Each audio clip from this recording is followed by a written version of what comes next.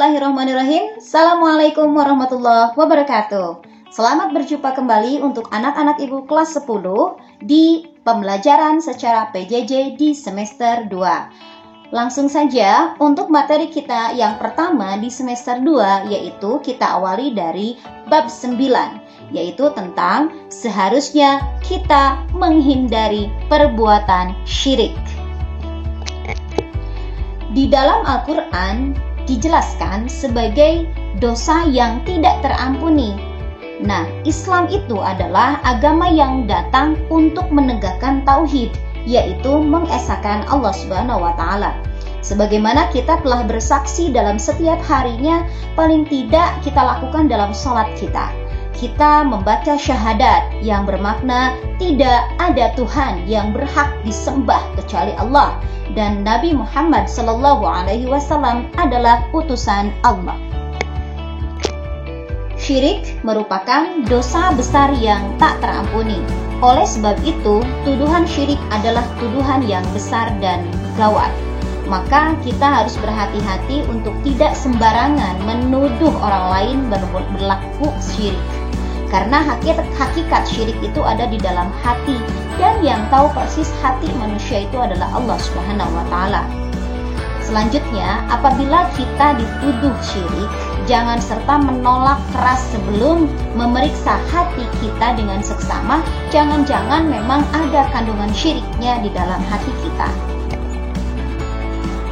Syirik itu terdiri dari dua macam, yaitu yang pertama adalah syirik akbar atau syirik jali, dan syirik asgar atau syirik kafi.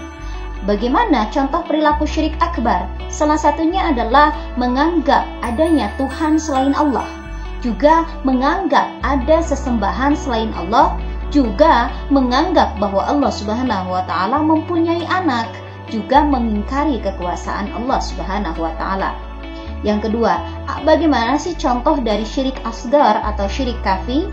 Salah satu contohnya adalah riya, yaitu melakukan suatu kebaikan bukan karena Allah Subhanahu wa taala. Contoh lainnya yaitu menganggap orang lain bisa memberikan kesembuhan, ya tanpa dia menganggap bukan Allah yang memberikan kesembuhan, tapi orang tersebut, seperti itu.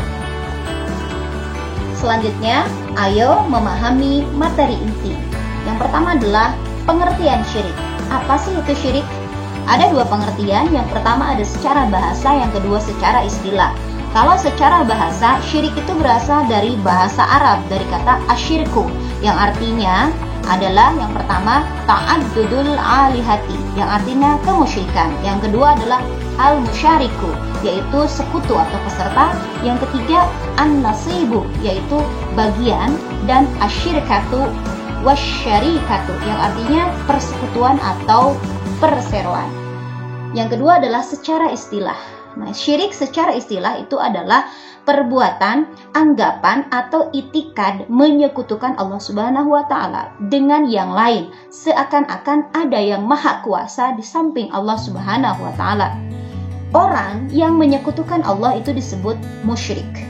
Syirik merupakan dosa yang besar yang tidak terampuni, seperti yang difirmankan oleh Allah dalam Quran Surah An-Nisa ayat ke-48, yang artinya bahwa sesungguhnya Allah tidak akan mengampuni dosa syirik, dan Dia mengampuni segala dosa yang selain dari syirik itu bagi siapa saja yang Dia kehendakinya. Barang siapa yang mempersekutukan Allah, maka sungguh ia telah berbuat dosa yang besar. Quran Surah An-Nisa ayat 48. Banyak sekali ayat-ayat Al-Quran yang memberikan penegasan tentang larangan dalam berbuat syirik, atau penjelasan tentang kemustahilan bahwa Allah itu memiliki sekutu atau sama dengan makhluknya. Nah, salah satu penjelasannya tentang agar tetap teguh dalam mengakui keesaan Allah itu terdapat dalam Quran Surah Luqman ayat ke-32.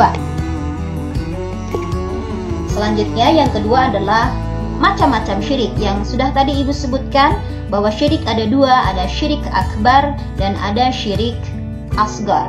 Syirik akbar itu artinya syirik besar atau disebut juga syirik jali atau syirik nyata. Yang kedua adalah syirik asgar, yaitu syirik kecil atau juga disebut dengan syirik kafi atau syirik samar-samar. Yang pertama syirik akbar ya. Disebut syirik akbar atau syirik jali itu apabila, yaitu yang pertama melakukan perbuatan yang jelas-jelas menganggap ada Tuhan lain selain Allah Subhanahu wa taala. Dan Tuhan itu dijadikannya sebagai tandingan di samping Allah Subhanahu wa taala. Yang kedua, disebut syirik akbar apabila menganggap ada sesembahan lain selain Allah Subhanahu wa taala. Dan yang ketiga tadi yang sudah Ibu jelaskan, menganggap Tuhan mempunyai anak atau segala perbuatan yang mengingkari kemahakuasaan Allah Subhanahu wa taala. Nah, oleh karena itu mereka disebut musyrik. Sehingga perlu dimurnikan ketauhidannya. Yang kedua adalah syirik asgar. Syirik asgar itu disebut juga syirik kafi atau syirik kecil. Itu ialah segala perbuatan yang secara tersirat mengandung pengakuan ada yang kuasa di samping Allah Subhanahu wa taala. Contohnya, seseorang yang menyatakan bahwa seperti ini, jika seandainya saya tidak ditolong oleh dokter itu, saya pasti akan mati. Nah, dia berarti sudah menyangka bahwa dokter yang menyembuhkan.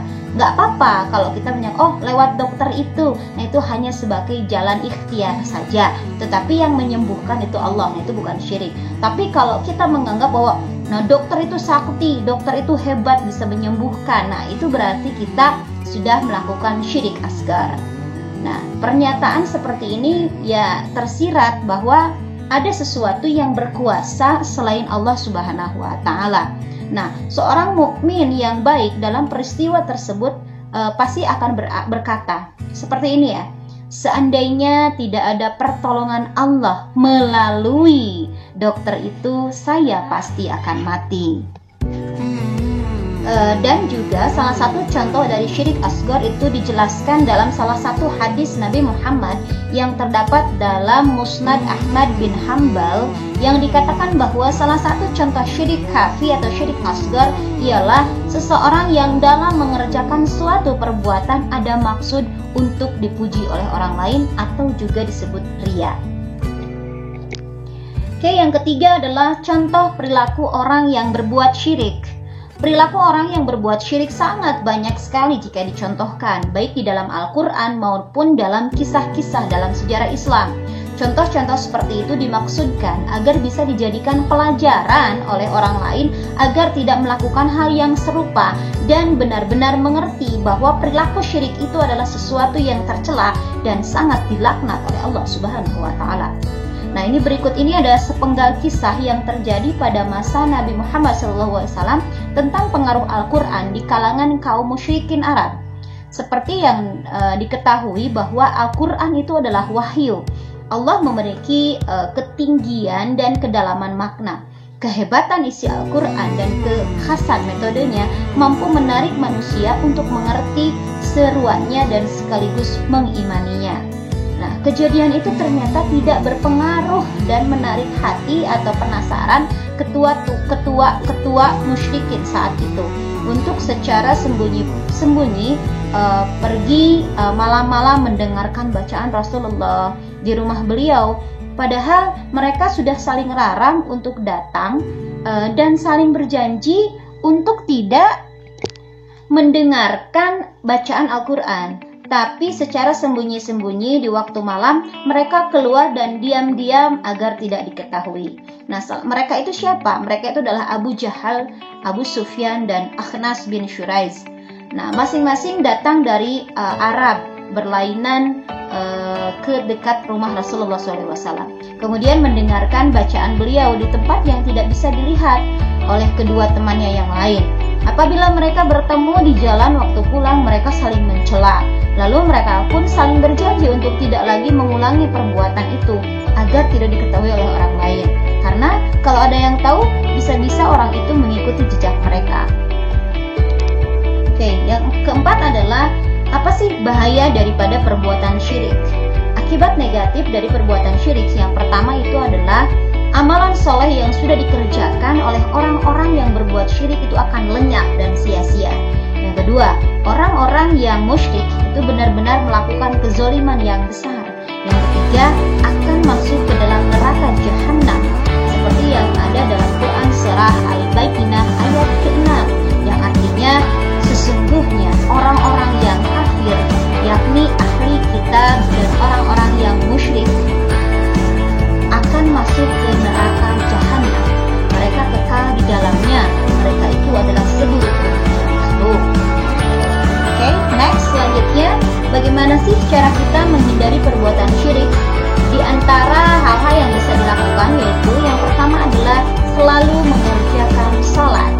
Karena dengan melakukan sholat yang benar itu akan terhindar dari perbuatan keji dan munkar. Yang kedua adalah selalu berusaha meningkatkan ketakwaan kita kepada Allah. Karena dengan begitu kita akan selalu diberikan jalan keluar terhadap segala masalah yang dihadapi. Yang ketiga adalah selalu berusaha melatih diri untuk senantiasa ingat bahwa syirik itu adalah dosa yang paling besar di antara dosa-dosa yang ada dan tidak akan diampuni oleh Allah Subhanahu wa taala. Jika kita berada di dalam kesadaran bahwa syirik itu akan menyeret pelakunya ke neraka, maka kita akan berusaha menghindari perbuatan syirik tersebut. Yang keempat adalah dengan selalu mengingat Allah dimanapun kita berada. Dengan selalu mengingat Allah, hati akan tenang dan selalu berada dalam suasana kontak batin dengan Sang Khalik. Ibadah merupakan salah satu komponen penting yang mendasar dalam membangun kedekatan dengan Tuhan. Semakin banyak melakukan ibadah, maka semakin terbuka kesempatan kita untuk dekat dengan Tuhan. Barangkali itu saja materi kita di bab pertama di semester 2. Semoga kita dapat mendapatkan ilmu yang berkah, barokah, dan sesuai dengan materi kita kali ini. Semoga kita terhindar dari perbuatan-perbuatan syirik. Itu saja. Wallahu a'lam bishawab. Wallahu muwaffiq ila aqwamit thariq. Assalamualaikum warahmatullahi wabarakatuh.